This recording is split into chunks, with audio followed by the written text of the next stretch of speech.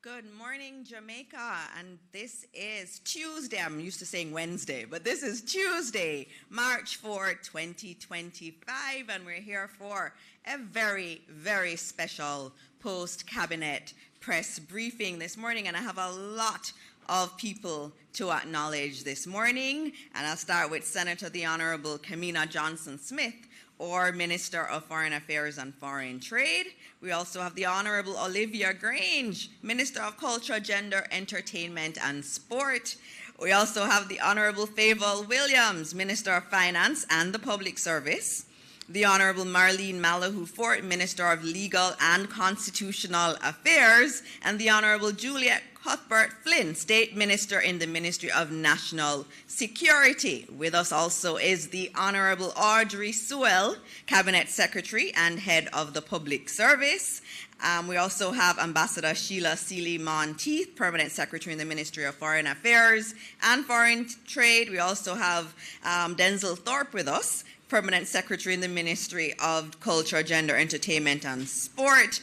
We also have Ms. Debbie Salmon, Chairperson of the Women's Center Foundation of Jamaica, Ms. Novlet Howell, Executive Director of the Women's Center Foundation of Jamaica, Mrs. Sharon Coburn Robinson, Principal Director of the Bureau of Gender Affairs, and a lot of other young women are here in the audience, and as you can get from what's happening, sorry, Mr. Thorpe, P.S. Thorpe, there are a lot of women here because it is a special morning. It's a morning to celebrate all of you, and so I have to also acknowledge our members of the media who are always here, our specially invited guests, mainly our students from Carrimack and Mary Seacole Hall, or Carrimack students. This is actually an assignment. They're here for an assignment. Last week when they were here, we had another set of Carrimack students here. They were asking the reporters why they asked the questions the way they did, because it's not how they learned to do it at Carrimack. So that was very interesting conversations after postcab last week. And so we're happy to have more Carrimack students with us, and also our students from Mary Seacole Hall. Other members of the media who are here, Jamaicans watching at home and abroad, a beautiful Tuesday morning to you all. And so before we start, I usually give you a lot of the good news stories. Today I'm only going to give you one good news story, and it's a big one. And it has to do with our crime numbers. For the month of February 2025, Jamaica recorded 47 murders. Now we need to put that in context. That is the lowest monthly count since 2000. We're in 2025. So in 25 years, this has been the lowest number of murders in a month. Now, we keep talking about what's happening with our JCF and what has happened in terms of improvements around crime. This is something to celebrate. A historic low number. It means we are going in the right direction. All the work that has been done is paying fruit. And so Jamaica, we need to celebrate this. When the numbers were going up, it was all over the place. Everybody was stressed. Everybody was talking about what's happening in the country. Now we have it going in the other direction. Let's celebrate it. And this is why I'm only giving that one good news story. That counts for 10. That this reduction that we've seen, 47 murders in 1 month, lowest since 2000. In 2000, I was in second year at UWI. That was a long time ago. I don't know, some of the young people here weren't even born in 2000. So this is a historic number, and it's a historic day, and I want you to celebrate it. In addition to that, murders are down 35% from the start of the year for January and February. What that means over last year, it's 63 less murders over those 2 months. And we can't just look at the statistics kind of dispassionately. That's 63 less people killed. 63 less mothers mourning their child's death, 63 less funerals that we have to do. It's a big deal. And so major crime is also down 25%. So overall, it's a great thing for Jamaica. It's a great morning. It's a great morning for us to be celebrating International Women's Day, which is later this week.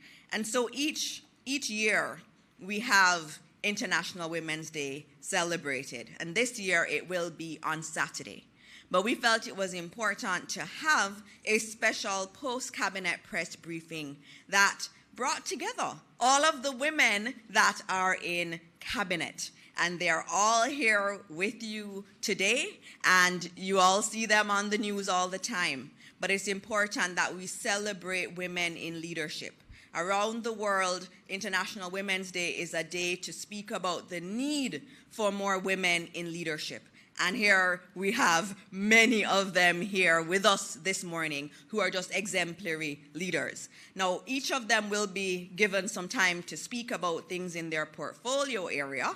I won't go into my portfolio area. Suffice to say, I need to just say something about each of the women who are here.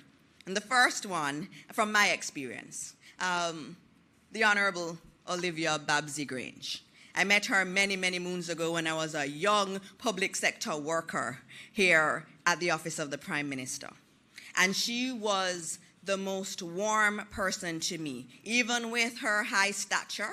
I had seen her since I was a child, watching her on TV, and then I met her, and she just embraced me with open arms. And she has continued to do that throughout the times I've had to interact with her. Last year when I became Minister of Education, the next day I saw this beautiful orchid in my office, and it was from the Honorable Olivia Grange telling me congratulations and that she is supporting me in this new role. We say women don't support each other. This is a cabinet of women who support each other. And this is the kind of example we want to set for young women, that you can support each other. You don't have to tear each other down. That's not necessary. And the Honorable Olivia Grange has shown me that and has taught me that in my own career. We also have the Honorable Kamina Johnson-Smith, Senator, the Honorable, and she's the reason that I said yes to coming into this world. This world of politics. When I saw, I have to clarify it, right? When I saw her deciding to come into this world and knowing her as a really exceptional attorney and just an exceptional person, and to see her want to serve her country in this way and to go up against a lot of negativity at times and battles in the Senate, and I saw it, and I would occasionally send her a little note and saying, you have a lot of people supporting you. And I saw her do it. And because I saw her do it, I knew that when I was asked to do it, I could do it because I saw her do it. And that's why representation is so important. You want to see women in these high positions because it inspires other women. It doesn't seem so strange anymore. And so I thank her for her example, and she's just an excellent leader of government business in the Senate. I learn every day from her, and she is an exceptional Minister of Foreign Affairs. I think the entire world has seen that. And so I thank her too. And then I'm going to go to our first woman who has ever been appointed Minister of Finance and the Public Service. We've never had a woman be Minister of Finance, and the Honorable Favour Williams broke and shattered that ceiling that was there. And she is just wonderful in her calmness. I don't have any doubt about her economy in her hands. And I remember we switched, she gave me her position when she was elevated, right? And I remember my first night as Minister of Education, she called me that night and she said, how was your day? How did it go? And I appreciated that call so much, Minister Williams. And again, I say, we support each other. And that's the way it really should be. And then we have the former Attorney General, the person who has brought constitutional reform onto the agenda, the Honorable Marlene Malahoo Forbes. And I remember I remember when one of my mentors used to talk about her a lot. She used to say, oh my gosh, Marlene is just absolutely brilliant. She is so wonderful. I wonder why she went into politics. But she went into it because she really felt this was how she could contribute to her country. And I am very appreciative for what she has done, especially in the constitutional reform work, because that is so important for us to feel that sense of our identity being really espoused. And us saying, look, we can set our own constitution, we can have our own president. This is what she's saying. She's saying we're good enough as a people to be self-reliant and do things ourselves. And so she, in her tireless advocacy, despite everything that everybody says, and I see it in cabinet all the time, she is always willing to stand up for what she believes. And it is fabulous as an example. Young ladies who are here, she is a perfect example of what it means to really stand powerful in who you are and what your beliefs are and pushing your country forward. And then I have someone who I admired all the time and was on my TV and I would jump up and down, and who brought so much joy to Jamaica in her days of running for our country and representing our country, the Honorable Juliet Cuthbert Flynn.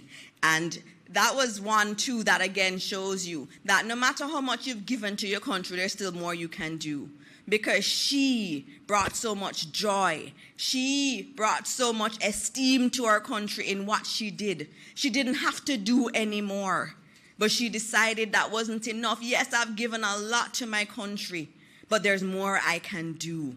And I am going to come into this world of politics, which is hard for women, and say, I am going to represent my people. And she is an excellent member of parliament. And she's an excellent person in her ministry. Dr. Chang, our Deputy Prime Minister and Minister of National Security, he relies on her a lot.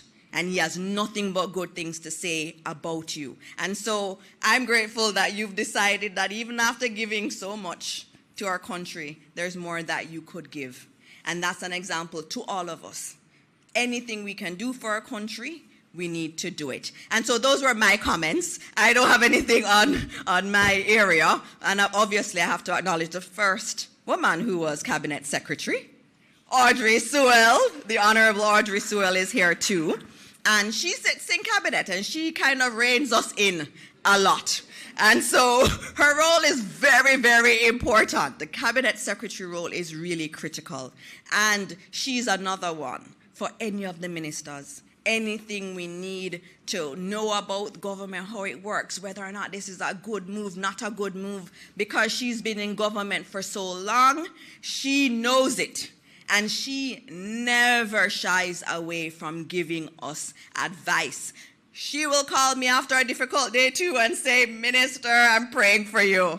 And those are just wonderful things. And so as I end and I call our First Minister, I just want us to again acknowledge these wonderful leaders in our country. It is so important to have women at the head, and it's even more important to have women of the integrity that these women represent in our country. And so for the young women who are here, I hope you get a chance to speak to some of them and that you will be inspired in your own work to do what they have done in taking care of this country in the way that they do each and every day. And so I welcome our first guest, who is Senator, the Honorable Kamina Johnson-Smith.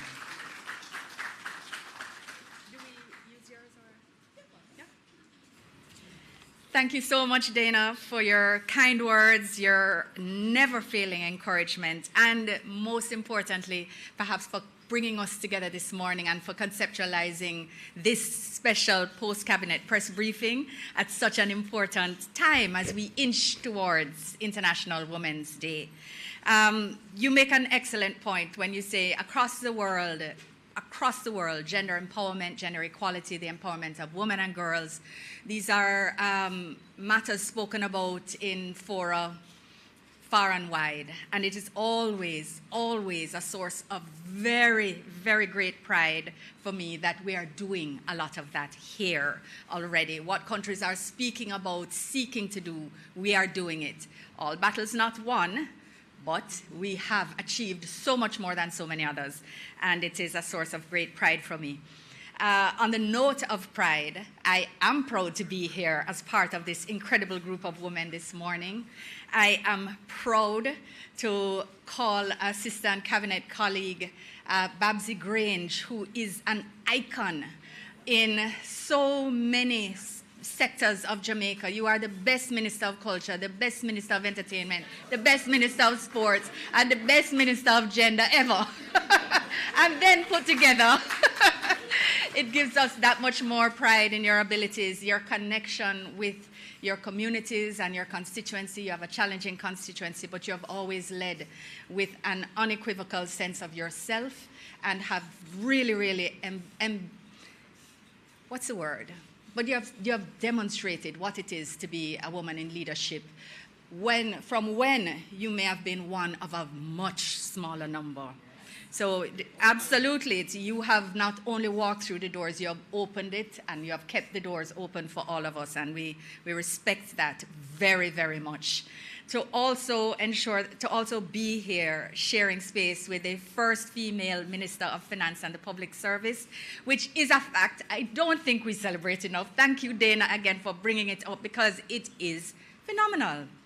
And when Minister Williams was switched to this portfolio, you just felt that she was in her space. She was in the space of great comfort with her numbers, with the economy, with the issues that need to be managed in her very clear, integrous, and methodical way, as is required for a Minister of Finance. So we are extremely proud of you, and we hope everyone will be tuning in to watch the first female Minister of Finance present her maiden budget on the 11th of March at 2 p.m.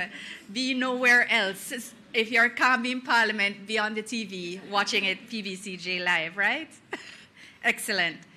Minister Grange is seated beside Minister Cuthbert Flynn, who, as you have just heard, not only a former Olympian, but she brings that steel spine to the ministry. And when she was at the Ministry of Health, she made an impact, a heavy mark there, bringing compassionate leadership in every sphere. And I want to just say how much I commend your strength as a parliamentarian and as a minister, and say I respect you 100%. And have you seen her biceps? Hashtag goals, goals, goals, hashtag goals.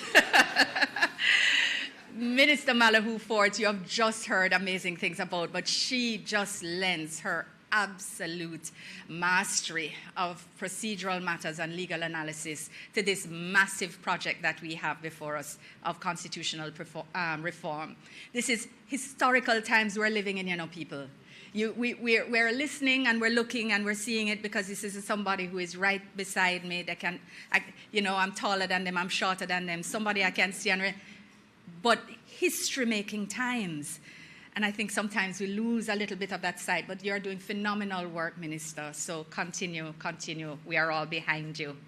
And of course, Minister Dana, who has so many incredible skills that really the Prime Minister could put her in any ministry. He has switched her twice already, and she has been phenomenal at all, because she brings a multifaceted set of skills to the cabinet, and really would do well in any space, and is excelling, bringing another type of energy and another set of eyes to the Ministry of Education, Youth and Information, and Skills, and ensuring that the digital space comes into everything that we do. CABSEC, you are the first. You are the first female cabinet secretary, and I am proud to be part of the cabinet which you oversee. And I am also very proud to be part of an administration that has also appointed the first female Chief of Defense Staff, and where we have a strong women, peace and security agenda across the world. She is the chair of the Women, Peace and Security Heads of Military Network across the world. She just took it from Sweden. 60 militaries are part of that, that network, and she is the chair. Our Jamaican, only one of only 2 women who lead militaries across the entire world. Yes, so even though she's not here with us, We've also recognized that although we haven't had a female police commissioner yet, we have women flourishing at high levels in the constabulary, at levels and in numbers as never before. And we have to celebrate that as well and recognize that this is part of the process.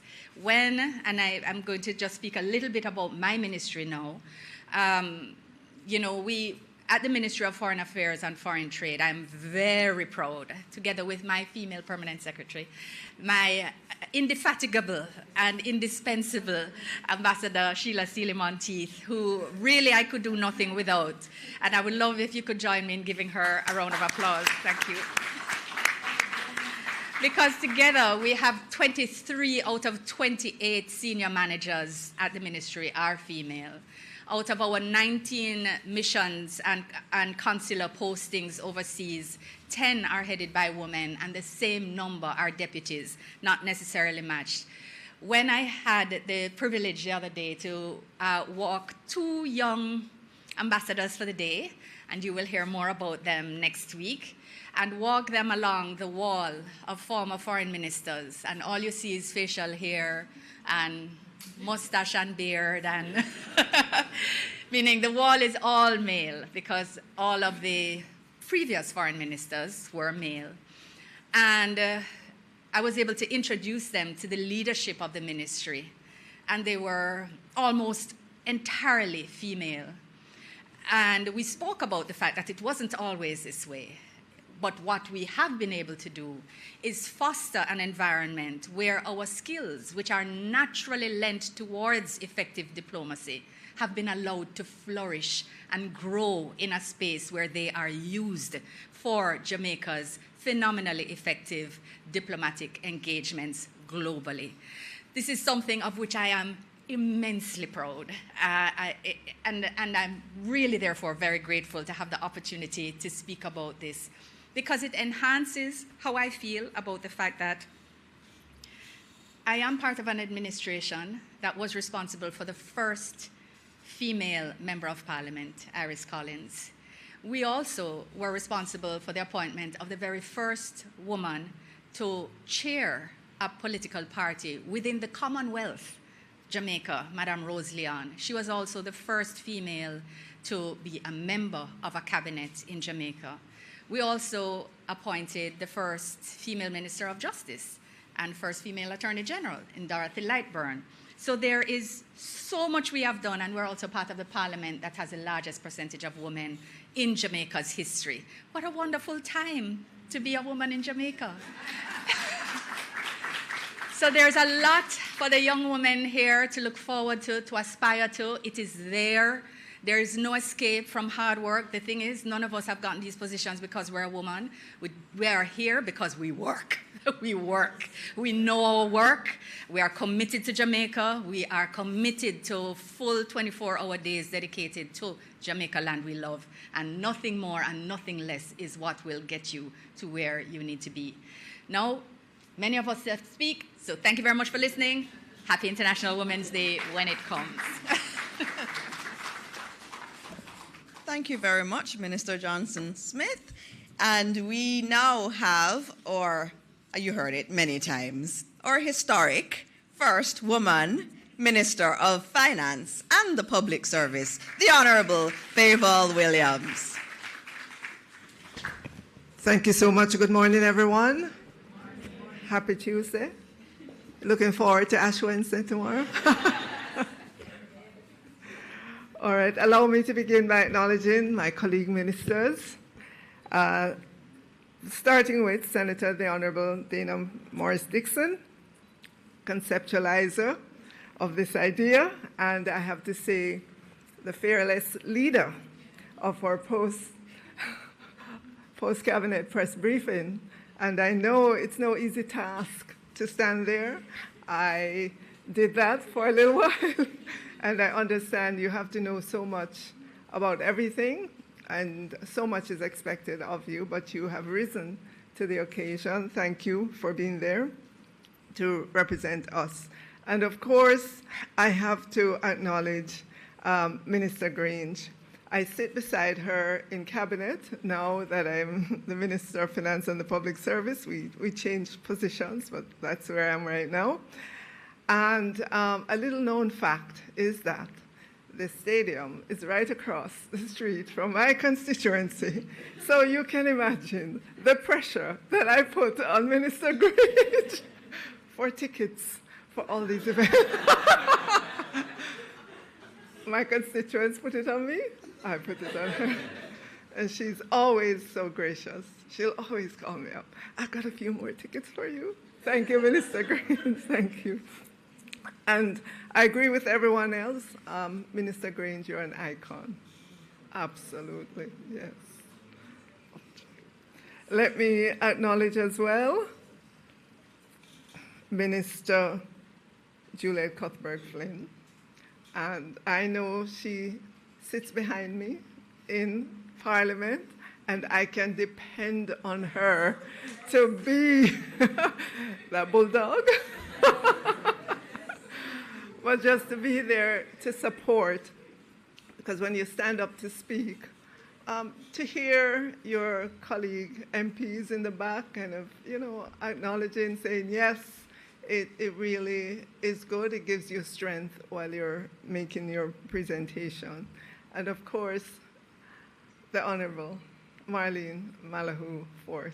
And I agree that Marlene has put constitutional reform just in the forefront of everybody in Jamaica. Who would have thought constitutional reform was sexy? It is.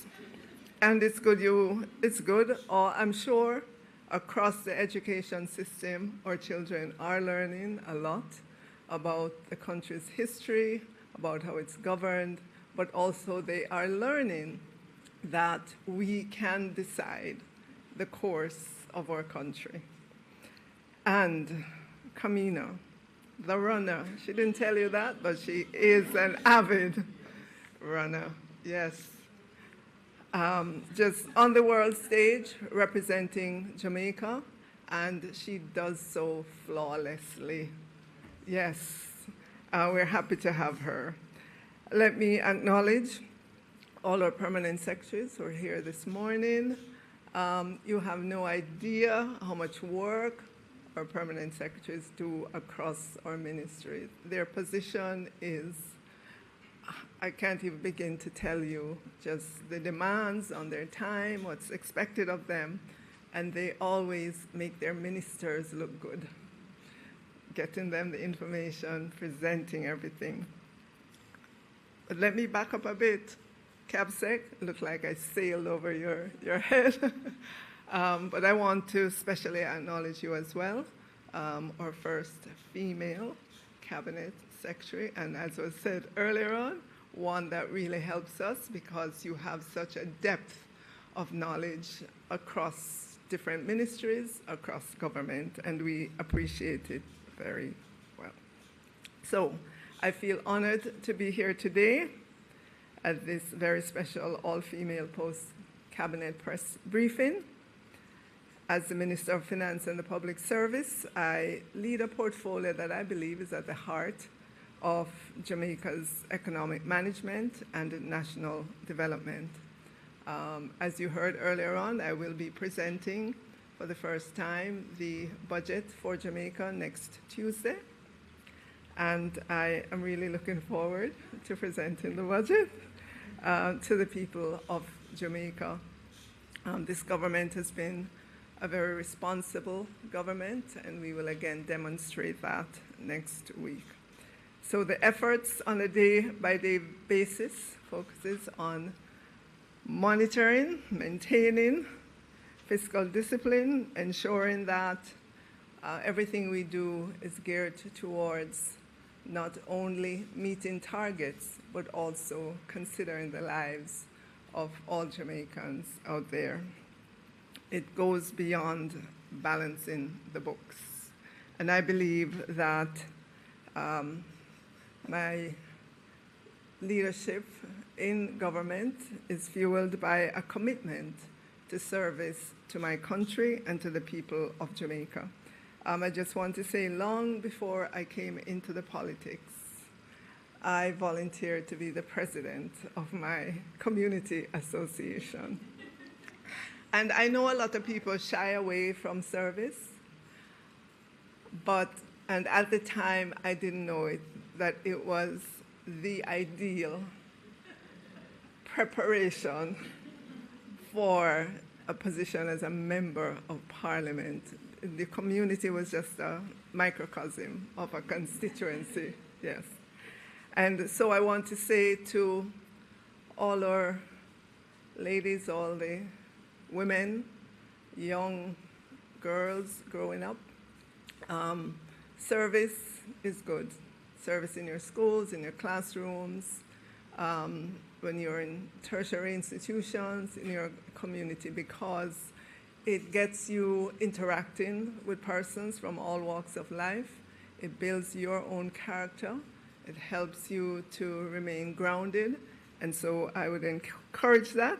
I'm not going to say it is the way into politics, but it's, I'm just giving the example of my life as well.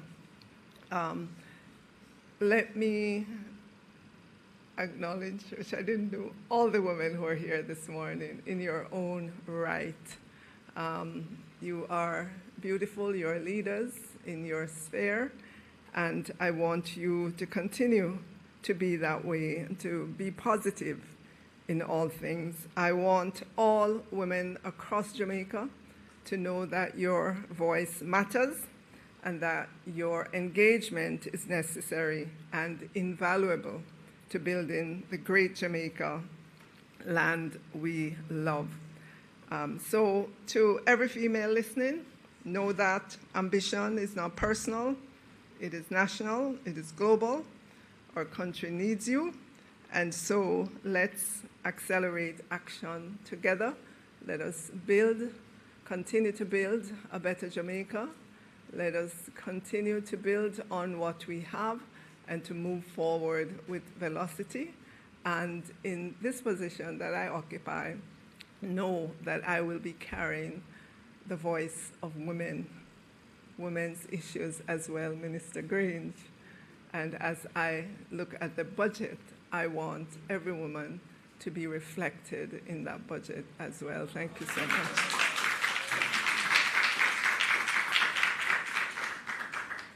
Wow, that was so beautiful. And that's why representation matters, because as a woman, she understands our issues, and she has said it. Women will be reflected in the budget. And that is why we want more women like her stepping up to the plate, because it's really very important. I have to acknowledge a few persons before we move on who are here with us. There is Troyan Anderson, Miss Universe Jamaica East, who is here with us. There's Jada Wright and Julian Wright. Jada is probably our youngest ever student in a tertiary institution. She is absolutely brilliant, and she is here with her mother. We also, thank you. She's going to do fantastic things in life. She's going to be amazing. We also have Dr. Nadine Spence with us, and I know she runs a lot of things at the University of the West Indies, but most importantly, her role at Mary Seacole Hall, and a key important gender activist in our country. Welcome, Dr. Spence, women's rights activist. All right.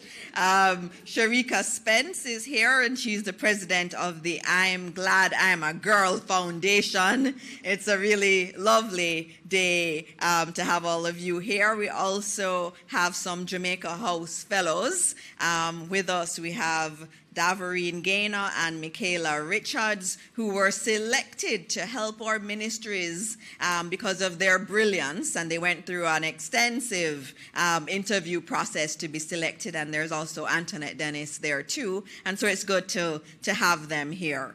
I'm going to move on to a woman who had scared me, and let me tell you why. Many years ago, I decided that I wanted to get fit. And you tell your husband, honey, I want to get fit. And he says, oh, I saw someone on social media and I think you should go to her. And I said, who is that? And he says, Juliet Cuthbert. And I was like, okay. So I went on and I looked at what happened and I said, no, I can't do it. I don't think I can do it. It's too hard for me. And since I've gotten to know her in this political world, she has told me that she has training on a Saturday morning. And I still haven't gotten the courage to go on a Saturday morning to go and train with her, but hopefully I will build up the courage one day to be able to train with her. But she's someone who I respect a lot and someone who I really hope to be like in many ways in terms of her commitment to developing yourself, because when you're healthy, you are able to be a better leader. And that's really what she is also showing us. And she's just phenomenal in her work. And so I ask you to welcome the Honorable Juliet Cuthbert Flynn.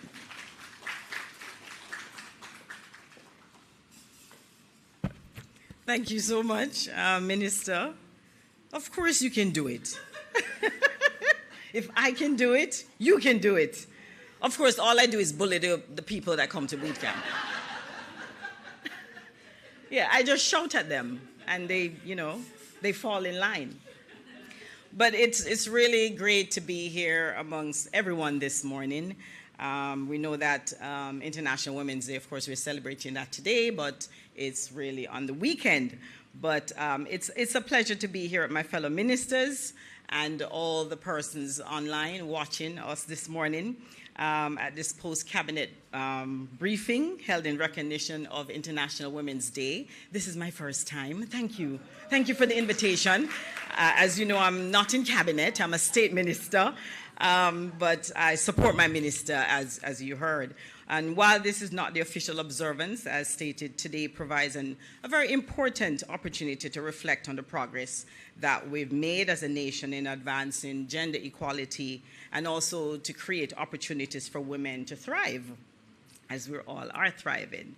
This year's theme, we know it's Invest in Our Women, Accelerating Progress, and that, of course, reminds us that we must uplift our women and entire families and communities. And that's what we've been hearing so far this morning, as far as all the ministers, saying good things about our female ministers in the Parliament. As the first woman appointed as state minister in the Ministry of National Security, I recognize as well that this is a significant moment, not just for myself, but for all the women who are breaking barriers in traditionally male-dominated field. And as I stand here this morning, I have to say, Minister Dana Dixon, everybody, we look forward to your 5 good things that you have to tell us about what's happening with Jamaica and how we're moving forward. We really admire you. Of course, Auntie Babsy, we love you, yes. And Minister Malahoo Ford said beside me that, we keep mentioning icon. It's time for us to state that she is. We know that you've been in this political arena for a very long time and endured a lot, quite a bit. When's the book coming out? Soon? Okay. And so we're looking forward to that, but you are very special to us in the Parliament. We look up to you. You are, as you said, the minister of everything. She manages all of her portfolio very well, and we admire you and we love you. Minister Marlene Malahoo Fort, she's a little dynamo. And she knows how I feel about her. But when she stands up in the Parliament to talk about the Constitution and justice, my ears just perk up and I'm listening to every single word and feel so very proud of her. Minister Kamina Johnson-Smith, when I first came to you, and you have a beautiful, where your ministry is now is absolutely beautiful. If you get a chance, right there in the waterfront to just look out and just very serene. But when I walked through the halls as you were talking about, I was like, so they were just men. And so, we have to commend you. And when you are on the world stage, can I just tell you, just proud. Yes, very proud. Minister Favour Williams, I recall when we were coming into the political arena, 2 little neophytes, myself and you. And of course, everybody, a lot of people thought, of course, politics, I guess, had a fate. had a face, and apparently she did not fit that face, like, you know, not for the political arena. But I must say that I watched you grow into this political field, and you have really embraced it. As you said, you had your little learning curve being the president of an association. And so, you know, I myself was not the person to really come into politics. A lot of people were wondering, why did I throw myself into this game of politics, because it can be so nasty. But I have to say, service is what I think about each day when I want to possibly give up. But, you know, I have to say I've watched you grow, and congratulations. We're very proud of you in this post as the first female finance minister. Very proud of you. Our cabinet secretary, thank you so much. You've served us well, and we are also very proud of where you're sitting now with our women in the cabinet. My portfolio as Minister of National Security, it covers the Department of Correctional Services, and I want to take this opportunity just to highlight the work that we have been doing to rehabilitate and also to reintegrate offenders into society. Our approach is not just about incarceration, it is also about restoration and transformation. We know that Jamaica's recidivism rate is about 41%, and meaning that nearly half of those who are released eventually return.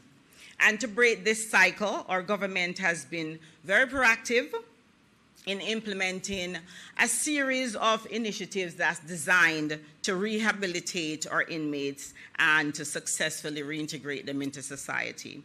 This last year, we introduced a groundbreaking nursery at the South Camp Adult Correctional Facility. And of course, let me say, this is the first, yes, in the Caribbean.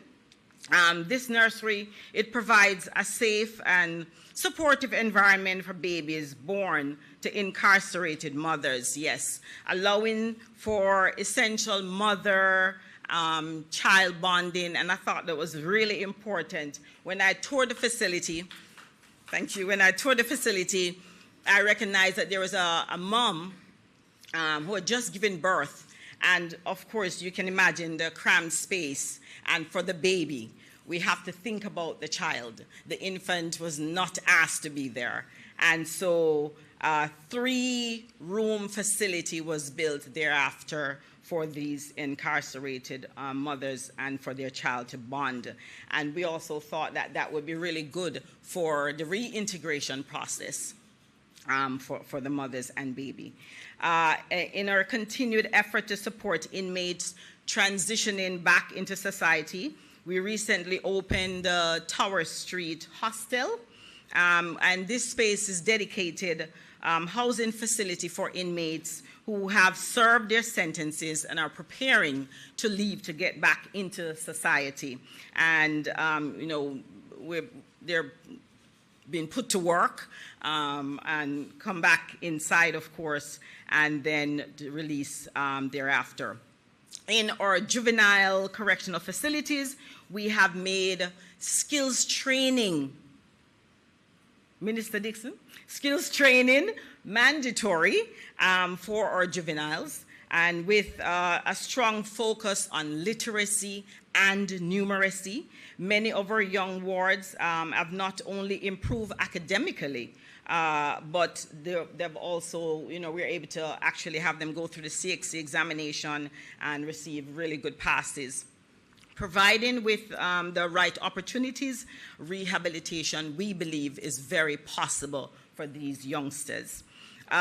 In our adult correctional facilities, you know, they're adults, we can't make them, but we have provided skills training as well to ensure that inmates can leave with valuable employable skills. And some of these skills, of course, literacy and numeracy is very important for them. We have quite a number of inmates coming in who are not literate. And so we make sure that is paramount. Barbering is one of the skills. truck driving, animation, yes, farming, yes, and they feed themselves, woodwork and tailoring, sewing and embroidery. Even for one of the females, they made me this really nice, sexy outfit.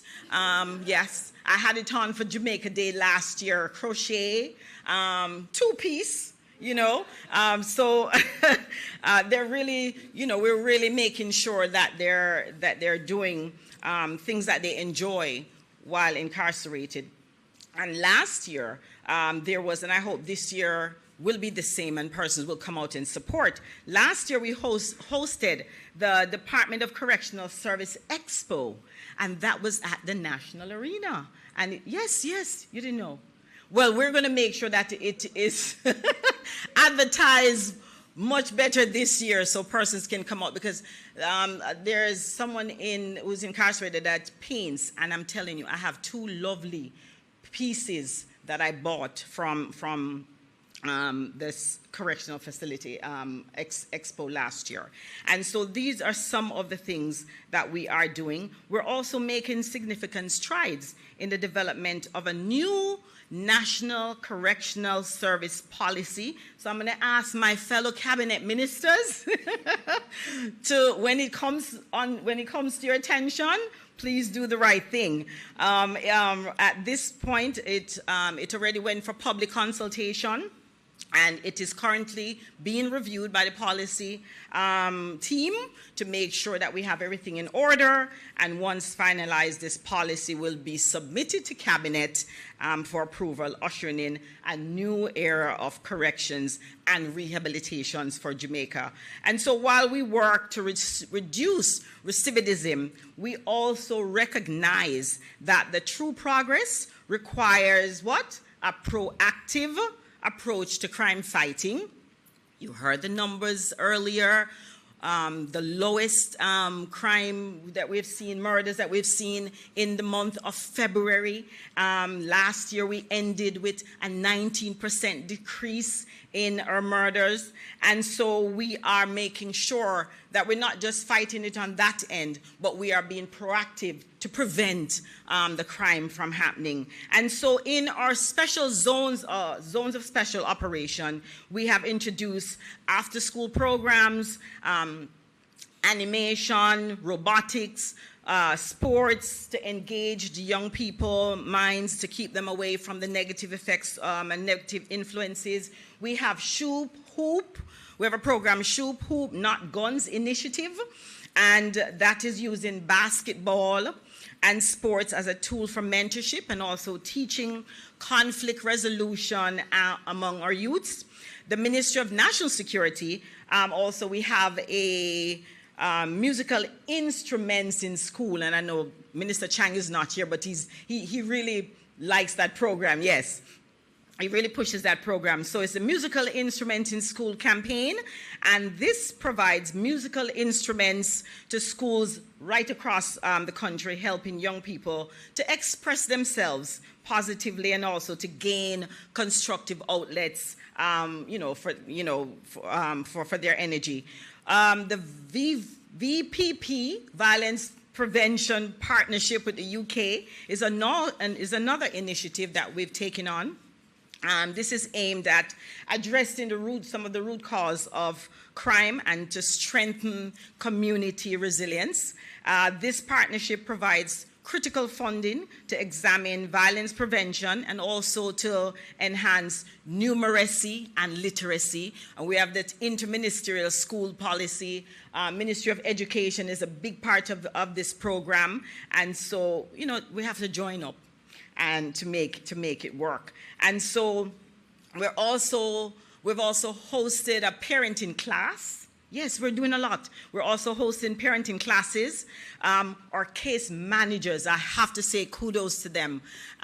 They are working very hard with our students across the different schools in the zones. And so we have really ramped up increase our case managers and our social workers to work with our students. The Live Good campaign that we've all heard about, yes. And this national campaign, it encourages Jamaicans to embrace peace, make positive changes, and to reject violence in a whole of society approach in crime prevention, reminding every individual that security is everyone's responsibility. And so, as I wrap up, as we celebrate International Women's Day, I want to let us reaffirm our commitment to building a Jamaica where every woman and every citizen has the opportunity to thrive regardless of their past, whether through supporting incarcerated mothers, expanding skills training, or reducing recidivism. Our work is driven by a singular mission, which is to create a safer, stronger, and more inclusive Jamaica. And so I want to encourage every sector of society, government, businesses, and community to play a role to accelerating progress in rehabilitation, reintegration, and fostering opportunities for all Jamaicans. Thank you, and when it comes, happy International Women's Day. Thank you, Minister. She said this is her first time at Post-Cab. It's clear that she needs to be here more often. So I will be speaking to the Deputy Prime Minister because that was really good. And again, that shows you why we want women at the helm, because women experience the world differently and advocate for different kinds of policies, like or women who are pregnant and incarcerated, and thinking about that and thinking about the skills training. And so, Minister, that was very, very good.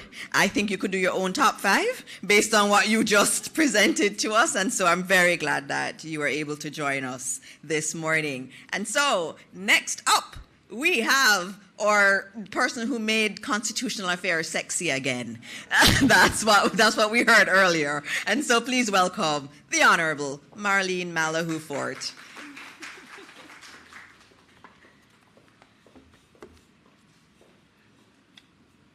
Thank you, Dana.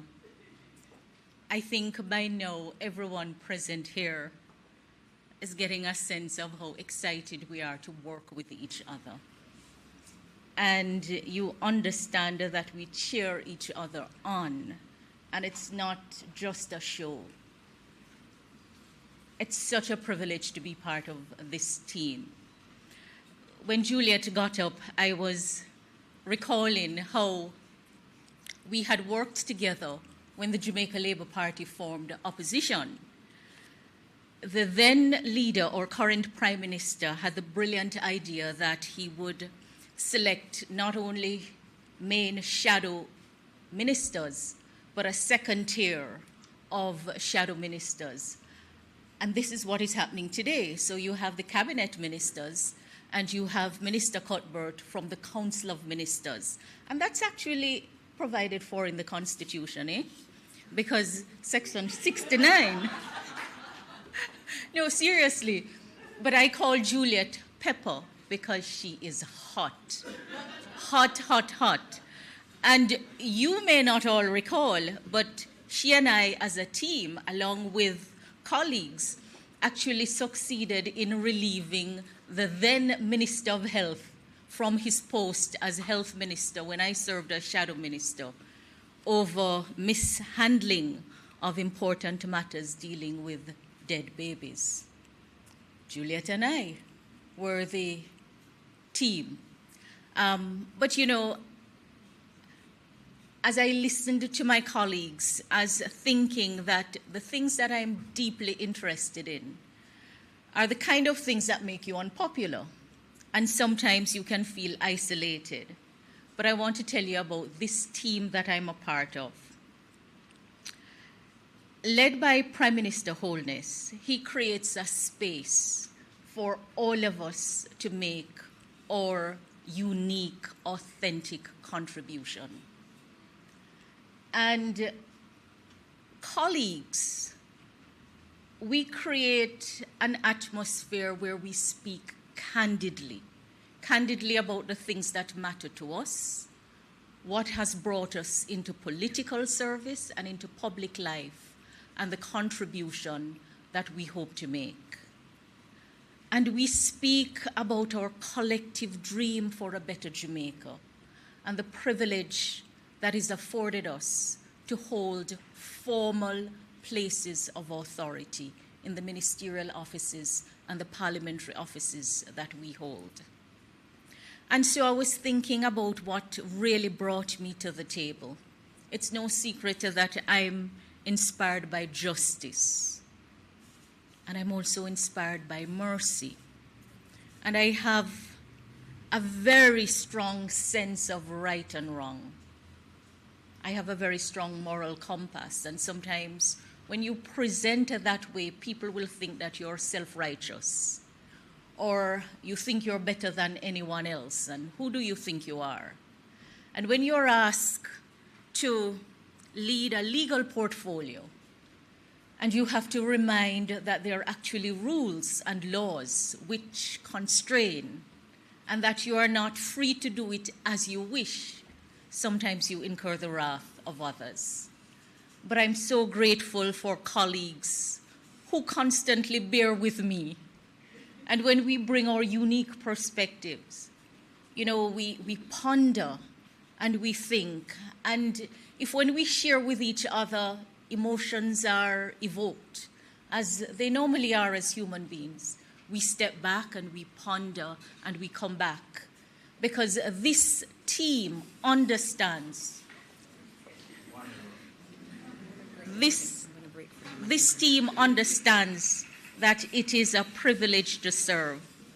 And our team leader walked in. Let me tell you something about him. He knows that I observe him very closely, very, very closely. Prime Minister Holness is so mild-mannered, it's unbelievable. He is so conciliatory, it's unbelievable. With all the pressure that he comes under from his very strong-willed cabinet members, especially the women, he listens with a heart that cares. And I have to say that I'm so proud to be led by my Prime Minister and party leader.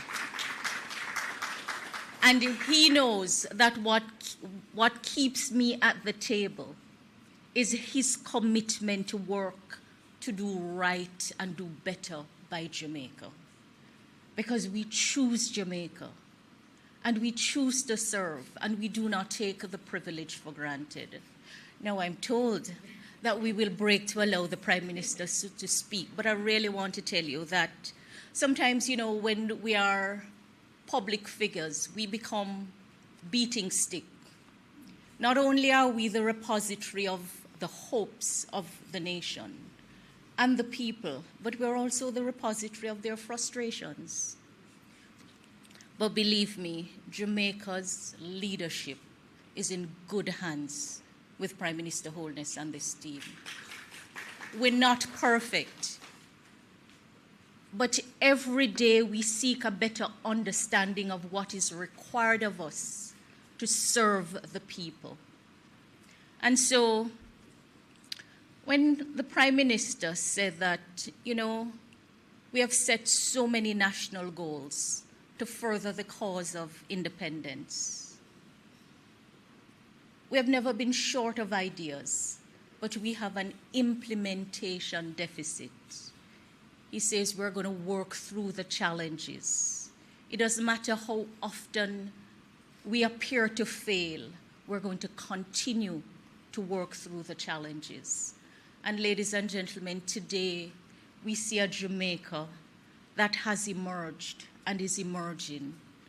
We have seen so many things that we have accomplished over the last 9 years that we thought were beyond our reach. And boy, when I tell you there is commitment to always do right by the people. There was a time when I would go home every Monday and I'd say to my husband, boy, I don't know if I can really manage this political work, you know. I really don't know. And then he would say, you know, I told you that you would have been better in the other branch of government. His own bias for that branch. But he said, today I actually see progress on some of the issues that are of concern to me. So let me wait until next week and I'll see what happens. And every week I would go home and we would debrief, and I would mark progress. And this is 16 years later. 16 years later. Can you imagine, Prime Minister? So, for me, no, I work across all of government, and I make the link right across and almost close the circle. So, government, I say, is not a one-man show. We seek office and we serve politically to be part of the leadership of government. But government is not limited to the political directorate, important as the political directorate is. Government is arranged across ministries, departments, and agencies. And portfolios are assigned with a subject matter, with laws that relate to the subject matter, and the institutions that relate to the subject matter. And believe me, that is what the Constitution provides for. And so it's important for everyone to understand that when we make representation or when we make policy at the level of cabinet or we pass laws in the parliament, they have to be implemented, they have to be enforced. And that the work of government is actually assigned to officials who have a formal role. Every time the budget is presented, we have the Public Service Order, which sets out all of the offices in the public sector and all of the offices in the civil service. And every office has a function and has responsibility. So we in the political directorate cooperate and collaborate with other parts of government to get the work done on behalf of the people. And if one part of government is not working well, the people will not be served as well as they should. And this is something that Prime Minister Holness has recognized. And that is why the reform of government is so important to him. And it's not just reform for the sake of reform, but it's reform to serve the people better and to unlock the potential of Jamaica. Because as a team, we are honored to be part of the leadership of Jamaica. And we say many of us have the option to work in many different places, but we choose Jamaica. We choose Jamaica. And we're bringing the best of our talent to work on behalf of our Jamaicans. So, when we gained independence in 1962, our Constitution came into being. The Constitution was formulated here in Jamaica, but it came into effect in the United Kingdom. And it came in a form that was cloaked imperially. That is the order in council. We call it an imperial cloak. And what was formulated in Jamaica, debated in the parliament in Jamaica, became just an appendage to that cloak. And the process that we're going through now is to decloak the Constitution, because the attainment of nationhood is not insignificant. And when we chose Jamaica as opposed to a federation, interestingly, the Labour Party was front and center of that process. Now, I'm going to take my seat shortly, but I want you to know that there is an important link between the political party and government. and that's a constitutional matter. Now, citizens organize and they come together and they form political parties and then they campaign for office.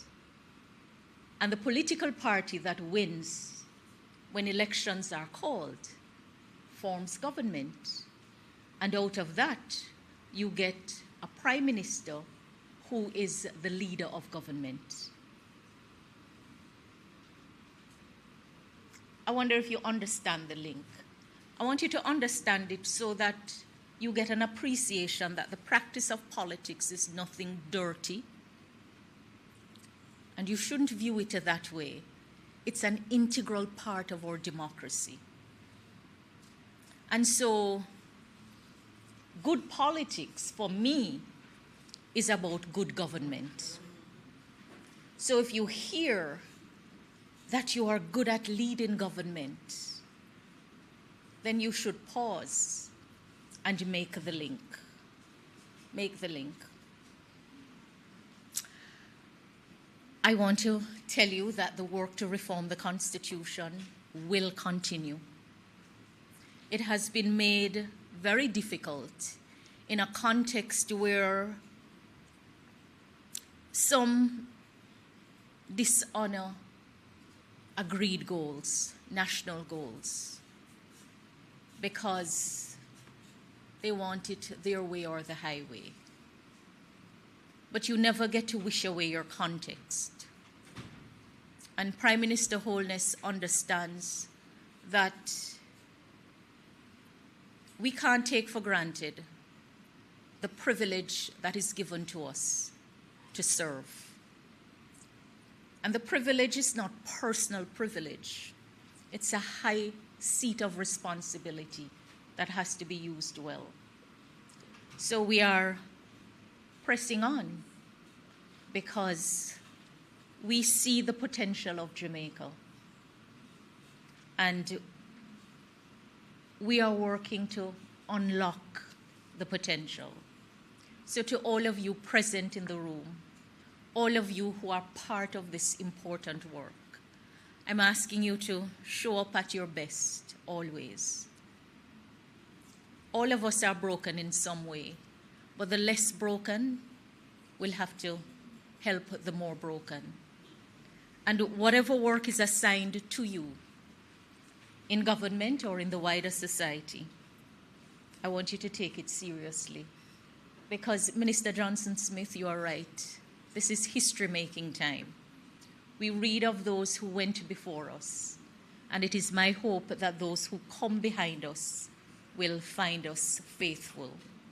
So thank you for your support. Thank you for your support. Be assured that this is the winning team. Be assured that when you're part of a team, you see, you have to respect your team leader. You have to be inspired by your leader. You have to share the vision of your leader. And the vision of our leader for a better Jamaica is crystal clear. The support we get from each other is unspeakable. And I'm just so honored to be part of this team. So if you report on nothing else, this is what I'd like you to report on. That Team Jamaica Labour Party administration is strong. That we are committed to working in the best interest of Jamaica.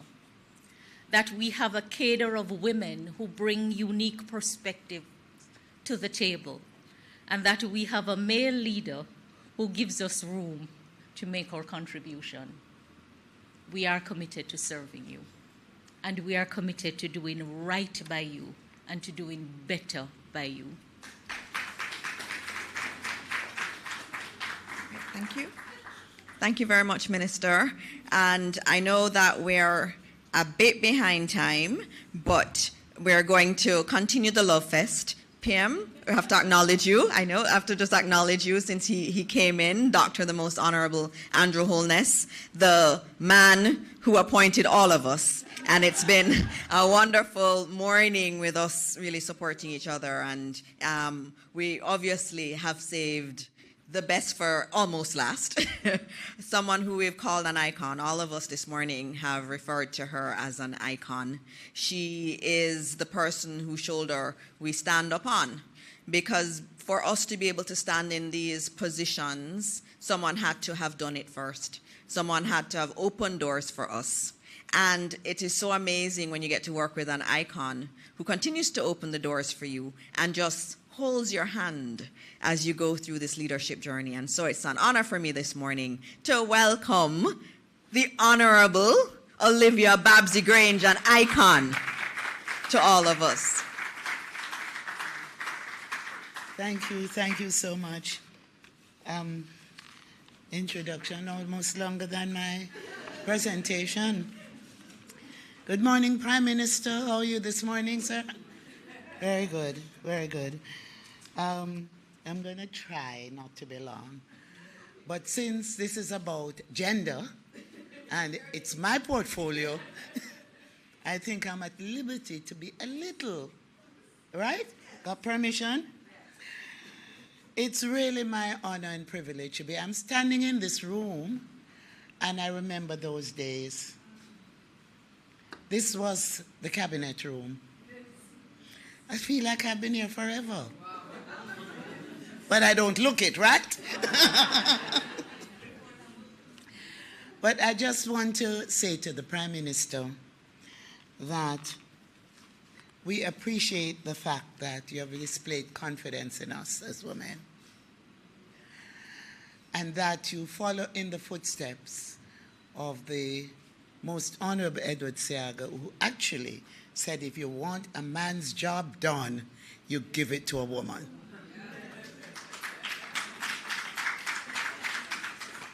He said we have fixivity or something like that, you know. We're focused and we get things done.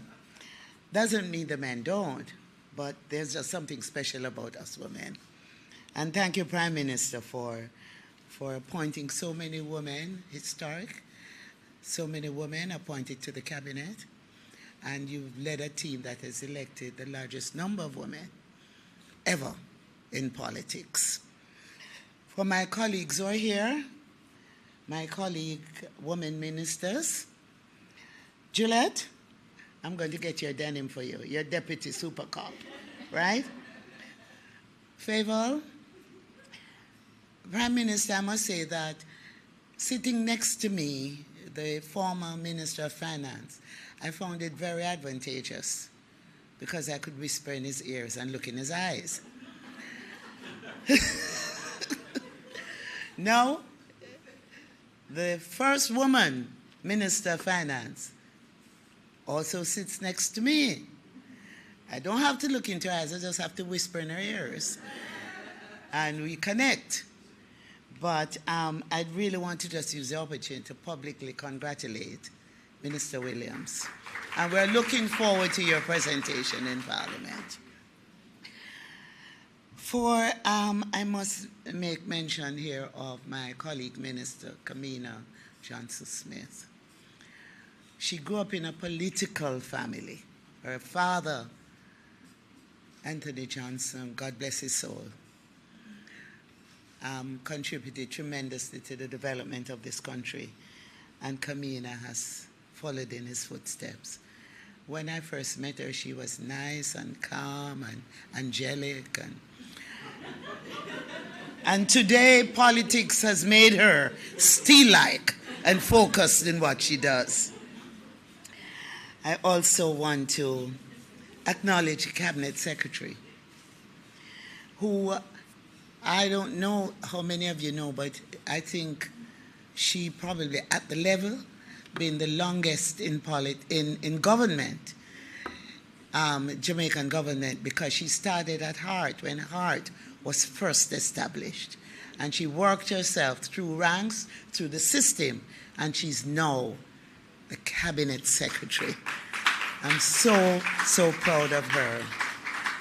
Marlene, you're special. I know the Prime Minister will agree with me. Marlene does not give up. And when she finishes making her point, you have to admit, she had a point. So I'm really happy and proud to be a part of this wonderful team. And of course, Dana, the newest kid on the block, she has come with vim, vigor, vitality, youthful exuberance, used in another place at another time, but I want to add to it, youthful exuberance and skills.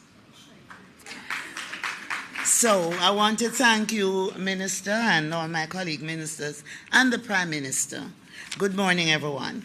I should begin with a brief overview of the plan for International Women's Day, which will be commemorated on the 8th of March. This year, we have decided to make this year's event a celebration of Jamaican women, and so we're asking the nation to celebrate, to acknowledge, to big up, and inspire our women and their contributions to Jamaica on International Women's Day. This is something that we should do as part of our daily routine. But International Women's Day is an occasion and an opportunity to especially encourage, affirm, celebrate, and just embrace the women in our lives, in our workplaces, in our various sectors, in our communities, and in our country. So whereas the global theme is accelerate action for all women and girls, rights, equality, empowerment, our national activities will take place. Jamaicans won't always have to be different. We have a local theme, and that local theme is a celebration of Jamaican women. And there is much that we have to celebrate, even as we are keenly aware of the many obstacles that still prevent many women from achieving their potential. You can tell a great deal about a country by the way it treats its women and its children. The status that they occupy in the hierarchy of the society is usually a good indicator of whether the country is progressive or backward. If a country is oppressive or caring, if a government is oppressive or caring, what can we say about Jamaica? Speaking as someone who has been a soldier in this battle for gender equality, I can attest to many successes in our long struggle. Things have changed for women and girls, particularly under this administration. In so many ways, we see the fruit of our collective work to create a nation that values women and girls and enables them to achieve their potential and contribute to nation building in any way they choose. In Jamaica today, a young girl is free to make her choices and to live as a liberated, confident woman, whether she wants to be the Prime Minister, the Minister of Finance, any other cabinet minister, the Attorney General, the Chief Justice, the Director of Public Prosecutions, the Public Defender, the Head of the Army, the Cabinet Secretary. A young woman in Jamaica today, under this administration, can aspire towards any leadership position in our country. But more than that, she has seen women of distinction in these leadership positions during the last few years. We have demonstrated that not only have we broken the glass ceiling, but we kicked down the door, right? I'm proud that more women are being empowered to offer themselves as representatives, and that more and more of them, on my side, are being elected. And I should tell you, in my young days, my early years, I felt that representative politics or representational politics divide. And I did not want to be a member of parliament or an elected representative, because I just felt that the political divide. And then after doing a lot of work in the community where I grew up and other communities, I realized that if you do not have a seat at the table, you do not have a voice. And so I'm encouraging women out there, go contest a seat and get your seat at the table. It's important when you do so. Doesn't mean you can't serve any other way, but trust me, when you have a seat at the table, it makes a difference. And for example, for Senator Johnson Smith, I see her one day going out there and being elected. She has that steel-like focus that you need as an elected representative. So I'm proud that there are more women today that are making decisions in the boardrooms, particularly in government where board membership must comprise at least 30% of either gender. Increasing the number of women decision makers at the highest levels is essential for ensuring equality, raising the visibility of women's issues, and working towards solutions. We all benefit when women and men work together to deal with our various challenges. And this is why I led the initiative, and along with my colleague, women parliamentarians, we introduced a caucus of women parliamentarians comprising representatives from both houses and from both sides of the divide. I'm proud of women's achievement in education, but we need more women to pursue science, technology, engineering, and maths. I'm grateful for their contribution to the culture, entertainment, and the arts, health, entrepreneurship, and for being the rock on which successful families are built right across our country. But many women need assistance to establish and maintain successful businesses. And that is why this government gives special support to several women and women-owned businesses through the Women's Entrepreneurship Support Program, which we call the WEST program. We all know that when an adolescent gets pregnant, we can be sure that a formidable combination of relatives, institutions, social and cultural norms will conspire to blame the girl and block her path forward. And that is why we have expanded the Women's Center of Jamaica Foundation and the program for adolescent mothers to equip them with the skills to be good parents and to help them to continue their education. Some of these girls, there was an 11-year-old girl, and her grandfather got her pregnant. That's the kind of situation we have to deal with at the Women's Center of Jamaica Foundation. That institution is doing a tremendous job, and we have 14 such centers across the island. We're happy that the vast majority of the participants in the program do not have a second child in their teenage years, and that many of them embrace the chance to continue their education and are contributing to nation building in their respective ways. In the last few years, we have established a new Women's Center location in St. Elizabeth, and we have expanded the location in Manchester.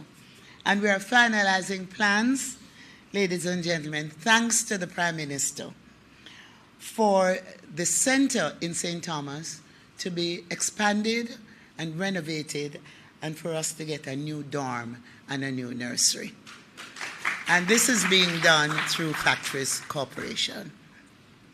We must empower women in all circumstances. We must show care. This government cares, and we must be our sister's keeper.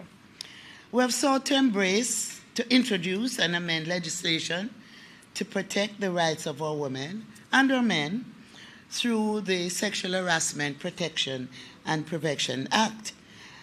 And it was brought into operation on July 2023. It is a game-changing piece of legislation that will provide relief for those enduring the harmful effects of sexual harassment and hopefully cause a culture change. I want to use the opportunity at this time to announce the Sexual Harassment Tribunal, which Cabinet approved 2 Mondays ago. And the executive membership, Mr. Ferdinand Algernon Smith, retired Court of Appeal judge, and he's the chairperson. Ms. Indira Persad, attorney at law, deputy chair, and Mrs. Karen Campbell Basco, attorney at law, also deputy chair. The additional members, Kadria Folks, Ms. Kadria Folks, attorney at law, Mrs. Debian Brown Salmon, attorney at law, Ms. Camille Lee, JP Supreme Court mediator, Ms. Karen Thompson Wilson, senior legal officer, Jane Group, an attorney at law, and she's mediator, Ms. Claire Pamela Miller, Supreme Court and Parish Court mediator, Mr. Kevin A. Campbell, Supreme Court mediator, Mr. Donald Roberts, CD, JP Industrial Relations Consultant, Ms. Shanique Rose Clacken, Corporate Service Manager, Assistant Company Secretary, Wigton with Wyndham Farm, and attorney at law. Mr. Junior A. Latibadair, Senior Industrial Relations Officer, Jamaica Civil Service Association. Dr. Merrick Dale Walker, JP, President, East Jamaica Conference of Seventh-day Adventists. And Reverend Dr. Devin Merrick Dick, Pastor, Boulevard Baptist Church. So these are the members who have been appointed to the Sexual Harassment Tribunal.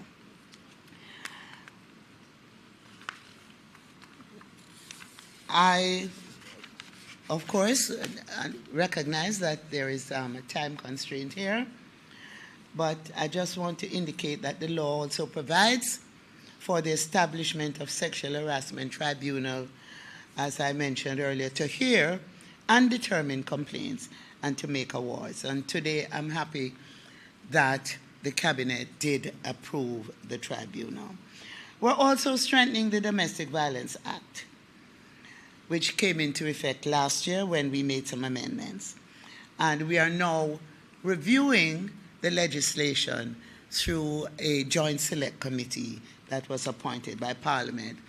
We had to extend, we invited submissions, and we had to extend the period to receive submissions because surprisingly, the various organizations that sometimes are very articulate and very vocal in criticizing the government did not respond on time.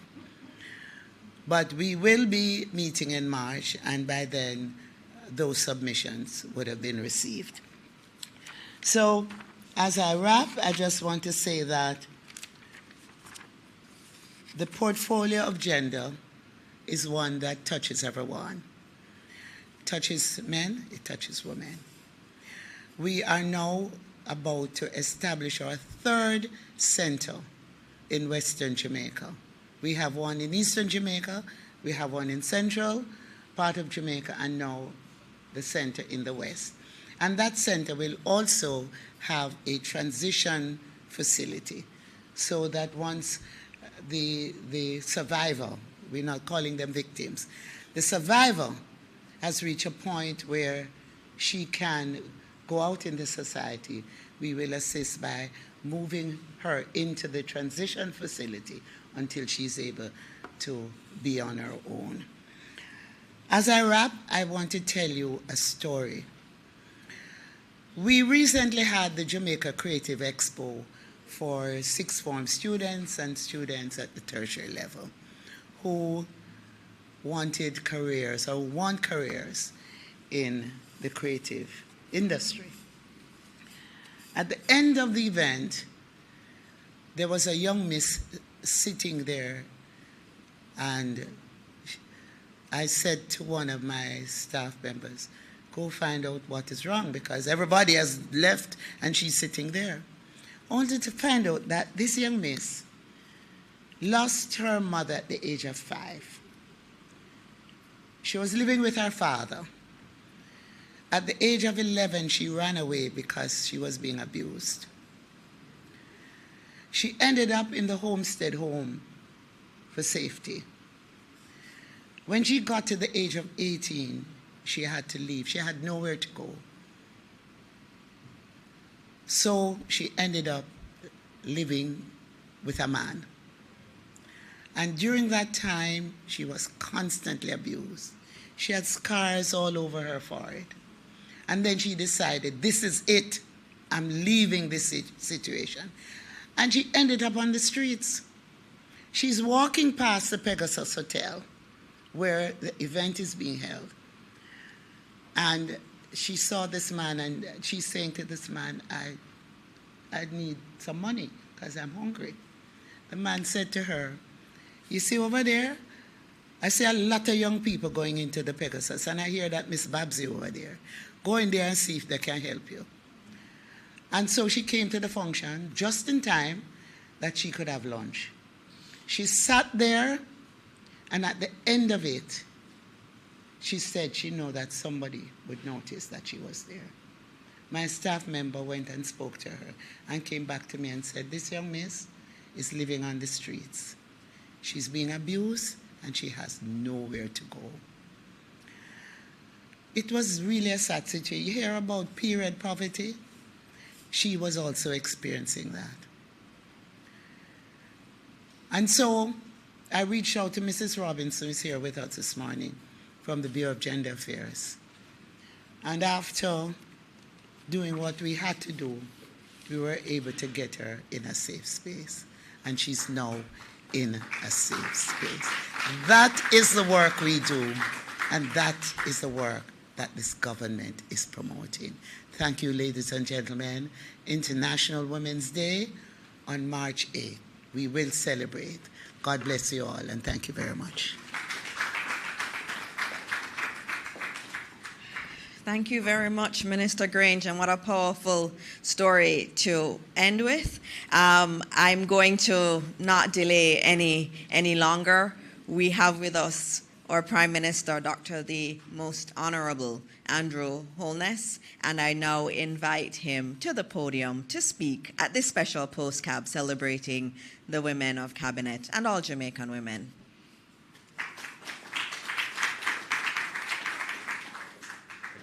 Any podium, let me use this one.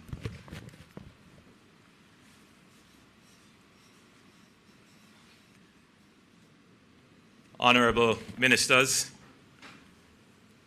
members of the press, distinguished guests who are here, the women of our country. Today we come together to celebrate the strength and resilience of Jamaican women on International Women's Day. And it's more than just the courtesy recognition. It is truly a reaffirmation of the commitment of the government to women. It is a demonstration of the progress that the nation has made, particularly by supporting and empowering women. And as Prime Minister, I am proud to stand at the helm of a government that recognizes the vital contributions of women to the success of our country. I'm especially proud of the women that serve in my cabinet, 5 women, and I believe that would be the most ever in any cabinet. And the women who serve as members of parliament in the parliament, and forgive me if I point out that the Jamaica Labour Party has 11 members of parliament, and I believe that would have been the most women serving in parliament at any time in our history. We note as well that 38% of the Senate are women. Yes. I don't mean to brag, but I have appointed the first cabinet secretary, who is a woman, the first female minister of foreign affairs, the first female minister of finance, and of course, the first head of the armed forces of Jamaica, and only one of two internationally. These women are leaders, decision makers, and trailblazers. And they have done an amazing job in uplifting people. Their dedication and service inspires us all, proving that when women lead, we move forward. But all of them have done their jobs, not because they are women. They have done their jobs because they are smart, intelligent, courageous, innovative. So it's not about their gender. It's about their capabilities. And what this administration has done is to remove any barrier that would stand in the way of capability. If you are capable, it matters not your gender. Once you have the capability to do the job, you will have a fair chance at that job. But today is also the day where we recognize peace and love in school. Yes, today is a peace day. And I believe there is a useful intersection between women and peace. Don't you think? Yes. Of course. Of course. You know, women are often peacemakers. And in our homes, in our communities, and in our nation. They are the ones who teach our children the values of respect, unity, and love. They are the voices that calm storms, the hands that heal wounds, and the hearts that bring people together. So as we celebrate the achievement of women today, let us also recognize that their empowerment is not just a woman's issue. It is a national priority. When women thrive, families are stronger. And when women are empowered, communities are safer and more peaceful. My fellow Jamaicans, especially our strong and courageous women of our country, today I speak to you not just as Prime Minister, but as a fellow Jamaican who recognizes the vital role that women play in shaping the nation. Our mothers, grandmothers, aunts, and sisters. You know, I often joke that I could never have been a bad boy because I grew up knowing my mother, my grandmother, and my great-grandmother, who left me at 16, she passed. And my grandmother when I was in my 30s. And my mother is still with me. So I had three mothers. I could not depart from the right path. And, you know, our women, they form the backbone of our families. And their influence reaches far beyond the home. But we must confront a harsh reality. Crime and violence continues to plague our communities, and too many of our young men are being drawn into a life of crime. You know, more than 90% of crimes are committed by men.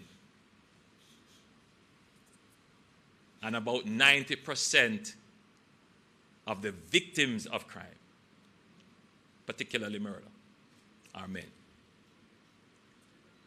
So there is a problem with men and boys in the society that women have a critical role. Now, today is not about the fathers, and their role cannot be excused, but I'm speaking about women today. But women have a particularly influential role on some of these men. Let me tell you something. If you go to the prisons today and you ask any of the prisoners, who do you love the most? Or who do you miss the most? Who do you think you have disappointed the most? Who do you think they're going to say? Their mother. And when the police come for them, who do you think they're going to cry for?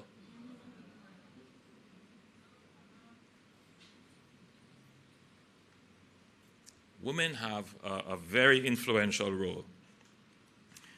So, too many of our mothers are crying because their sons have either been taken away by violence or they have become part of the problem. And this must stop. And our women, you have the power to help in this change. Mothers, you are your sons' first teachers. You shape their values, their attitudes, and their understanding of right and wrong. I urge you, talk to your sons. Talk to them. Put away the belt for now. Reason with them.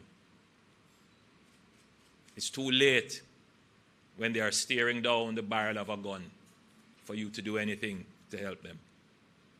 It's too late when they are in the prisons, regretful of their past life. Take the time now to talk to your sons.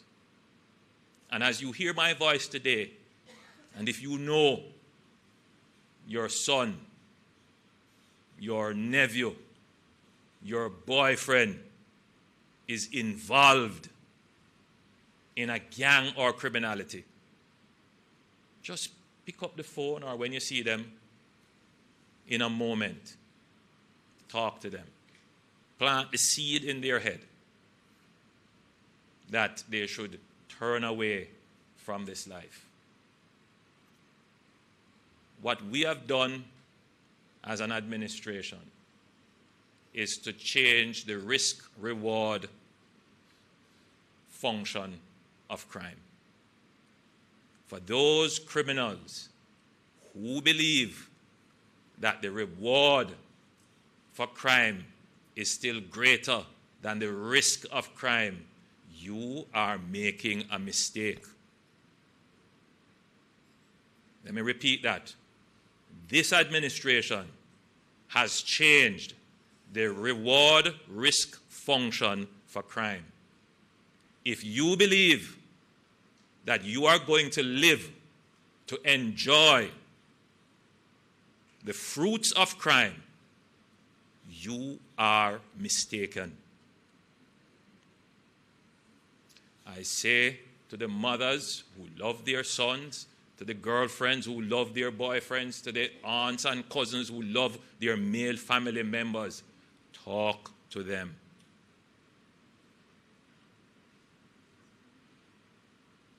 The message I've delivered here today cannot be more serious. And I believe we have given sufficient warnings to the criminals. So, if we see them being pulled into negative influences, I appeal to our women. Reach out to them. Save them. This is a different Jamaica.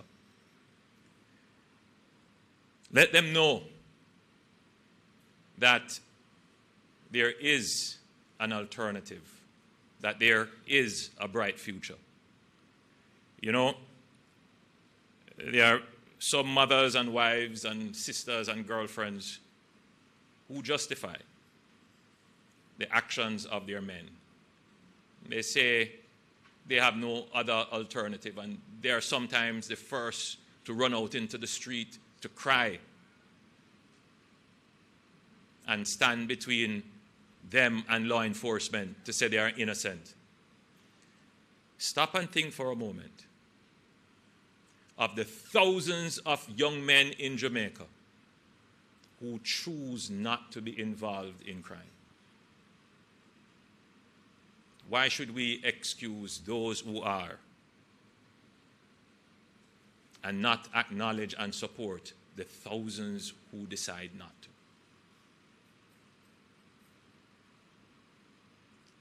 The number of young men that are creating the problems in society is no more than 5% of the total cohort of young men, if that much.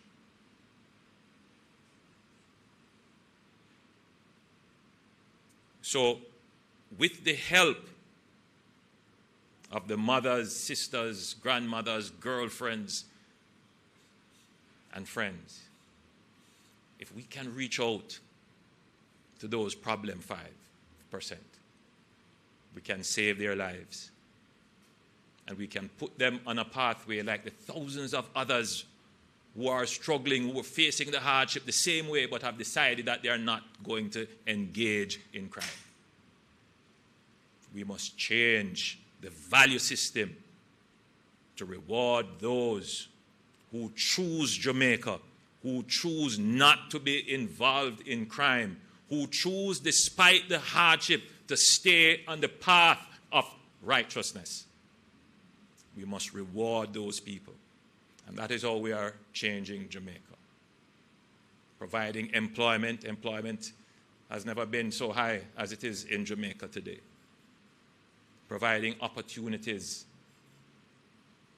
so that this business of not go on and all kinds of alienation and disenfranchisement, those are not valid reasons or excuse.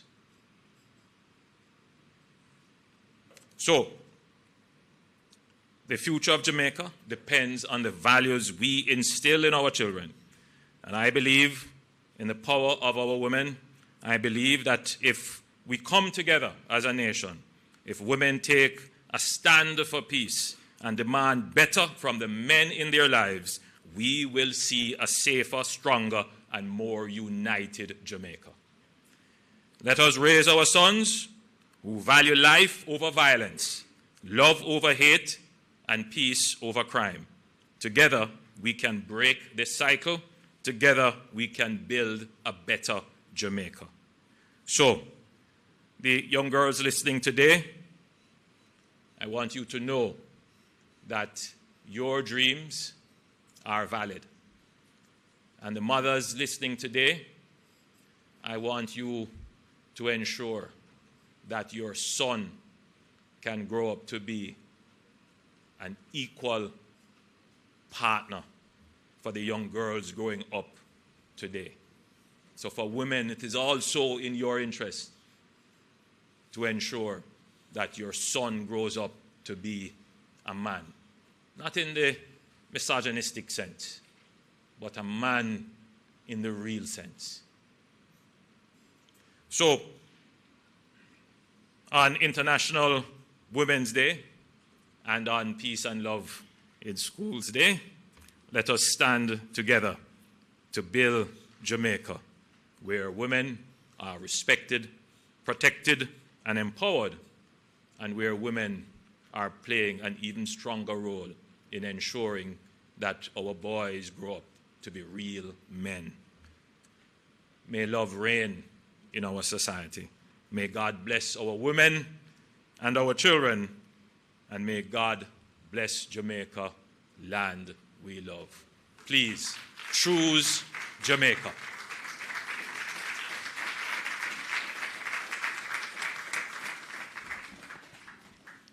There's nothing more to be said, but I do want to invite back our minister, the icon, Minister Grange. She has something to do with you, PM, so if you could just come right here.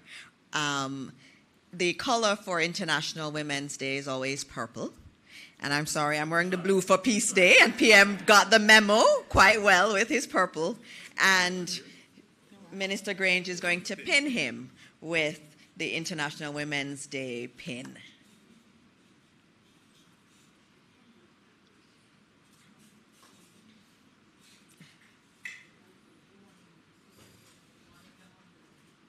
One in the envelope. What is it? This one. He gets a special one.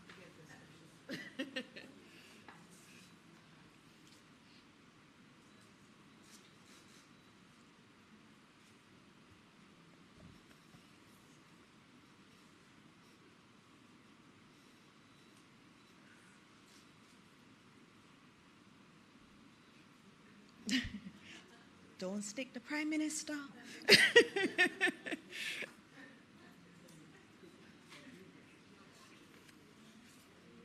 me to help? It's not an expensive super. You're good. Got it.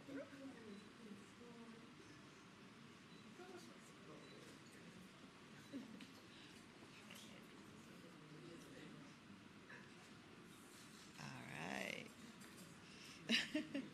There we are. Very good.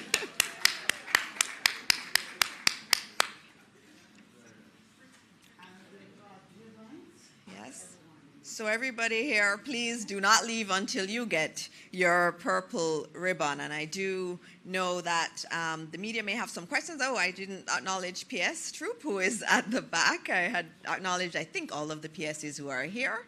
And I think there is something else for you to do, PM? They're telling me, I don't know what this is, but PM, is there something else that you're supposed to do? Because I was just going to go to questions. Yeah, I have. Oh, okay. All right. So, oh.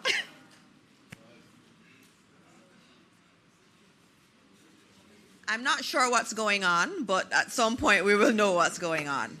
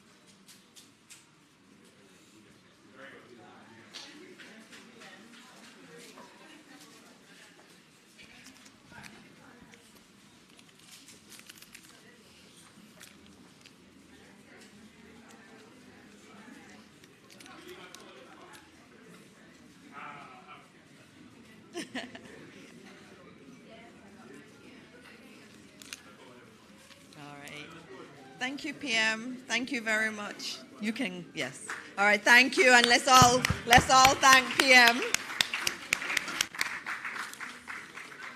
All right, for those who were wondering what was going on, the Prime Minister was giving every single woman in this room a beautiful rose. Very much not expected. I don't think any of us woke up this morning expecting this.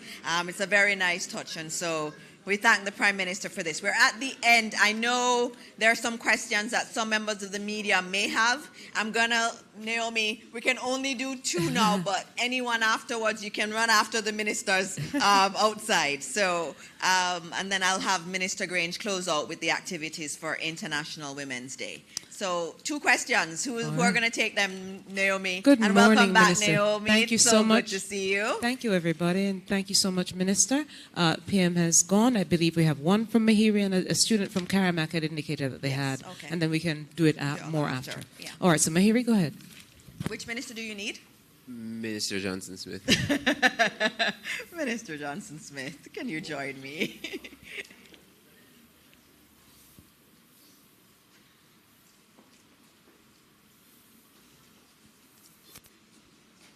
Good morning, Minister. Good morning, everyone. Happy Women's Day when it comes. Morning. Okay, so my question is Jamaica set to be negatively impacted by recent U.S. policy that's concerning the Cuban labor export program? I know that there was a recent CARICOM meeting regarding the matter. Is there any update in terms of how it's going to affect the region and how it's going to affect Jamaica? Okay. The statement that was issued by the State Department is, I believe that's the point of reference for your question.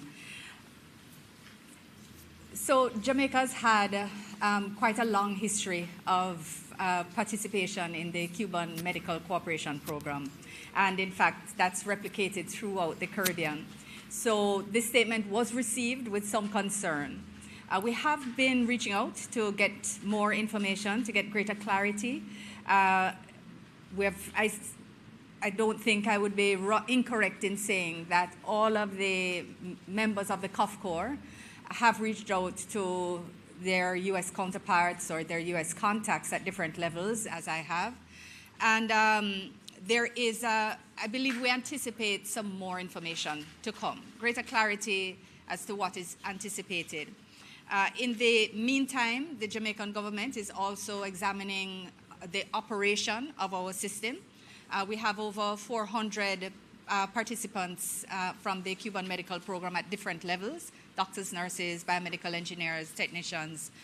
So their presence here is of importance to our healthcare system.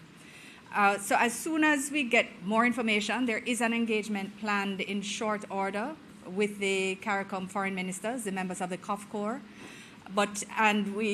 Also, I think, are anticipating that the U.S. embassies across the region will get additional formal information, and at that time, we should be better able to navigate the potential impact and the way forward. Thank you. Thank you. And I think we have a Karamak student ready to ask a question. Not sure where they are. Oh, okay. Hello, good morning. I am Jomar Livingstone from Karamak. I have a question for the Honorable Olivia Grange.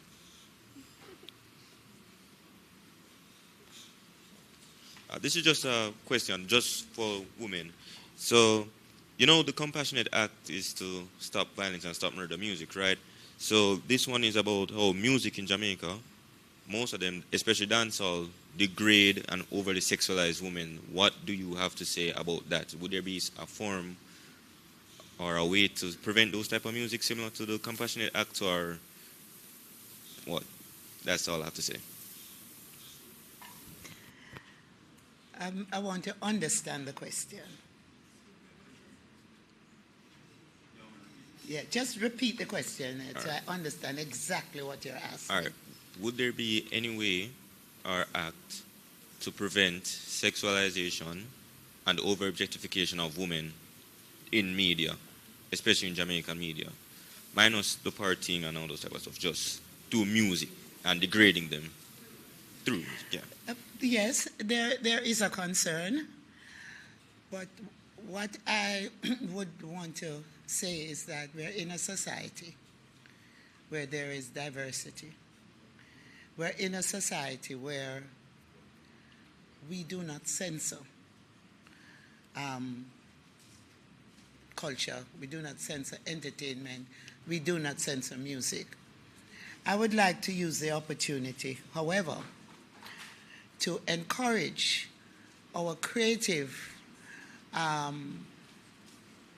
individuals, our writers, our songwriters, and our artists to do music that uplifts our women, do music that will inspire our youth in a positive way.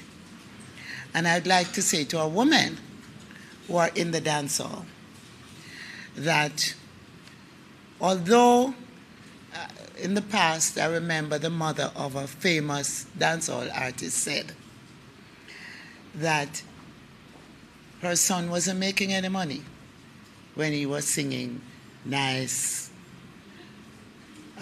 respectful lyrics of women. Well, when he got under the person's skirt, he was making money. I want to say to our creative people that we can set the trend. What we do and what we make popular can make a difference. And so I would encourage our dancehall artists to take a second look at the kind of music they're promoting, the kind of lyrics that they're writing, and let us move Jamaica in a different direction. Thank you. Thank you, Minister. It would be egregious of us, ministers, if we didn't allow a female to ask questions. The men went up first with theirs, so let's round out then with Jamelia. Good morning, everyone. And can the female get 2 questions? I'm Jamila from TVJ News. Minister Grange, I wanted to find out to what extent are you comfortable with the policies, sexual harassment policy now? I know business places should be putting some stuff together or submitting some stuff you would have had, especially in government. What is the readiness of some of these policies? The Bureau has been conducting workshops through the public sector, the various entities, and issuing certificates to persons who have gone through the training. Every workplace should have a sexual harassment policy, and it should be prominently displayed. And we provide support to entities that would need help in developing their sexual harassment policy. I am proud to say that most government entities have their sexual harassment policy in place. We have a template, and it's available to both public and private sector. And so we are playing our part, and the response that we have had has been tremendous. It also impacts on landlord tenants as well. And every landlord must have a policy and a notice that is prominently displayed. All right, that answers your question? Thank you. Sure. All right, thank you. One second, I'm gonna close out and then give our guest the last word today. And as we had said earlier, today is Peace and Love in Schools Day. Today is Peace Day, hence why I have on blue. But it's also quite good because today is Sports Day in many schools, and my child is in Blue House, so it all worked out very well for me today. But it's an important day for us to acknowledge peace, especially in our schools. We've seen so many instances of violence, and what we're seeing in our communities is spilling over into our schools. Our schools are becoming microcosms of the entire society.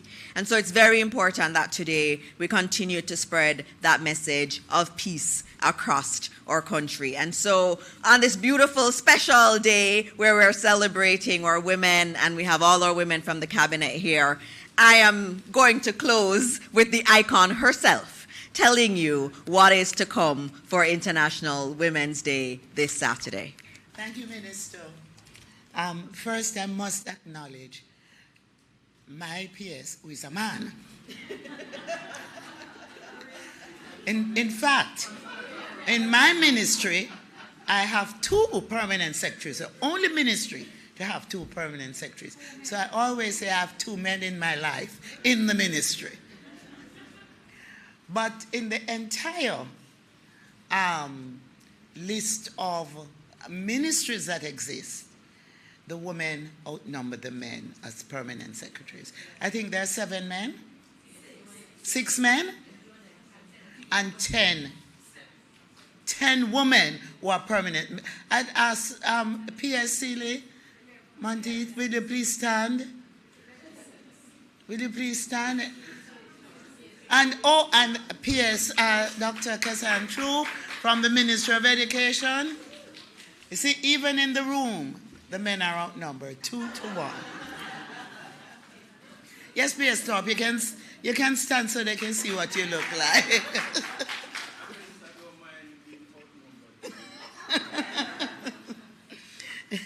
Yeah, so I will just quickly mention the activities for International Women's Month, because we have International Women's Day March 8th, but we have extended our activities for the month of March. And so we commemorated the start of International Women's Month to include International Women's Day on March 8th with a church service which was held at the Open Bible Church last Sunday. We will have special awards ceremony to honor outstanding women during this special 30th anniversary of the Beijing Declaration and Platform for Action, and that will be held later this month. We also have the Women's Entrepreneurship Expo to showcase the talents and skills of women in the MSME sectors, and that will be in mid-March.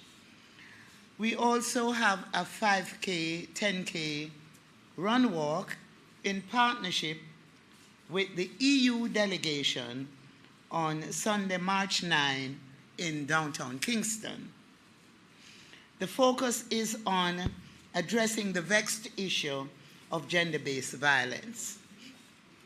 The 69th session of the Commission on the Status of Women, CSW 69, is a special celebration that we will attend the UN-held event in New York during the period March 10 to 21, and that will be a delegation led by me, and that it will be a mix of public and private sector representatives at the CSW celebration. So those are the activities. There are other activities for the month of March, but those will be published in the press in an ad. Thank you, ladies and gentlemen. Thank you. I didn't think I needed to wrap up, but it's been a wonderful morning. It's been a long morning. It's been a historic morning. And so again, to everybody who's here, all the women and the men, happy International Women's Day when it comes on Friday. And thank you, my colleague ministers. Thank you so much for being here. It was so important for you to show how wonderful you all are and how we support each other. And it's a great example for Jamaica. Thank you, everybody.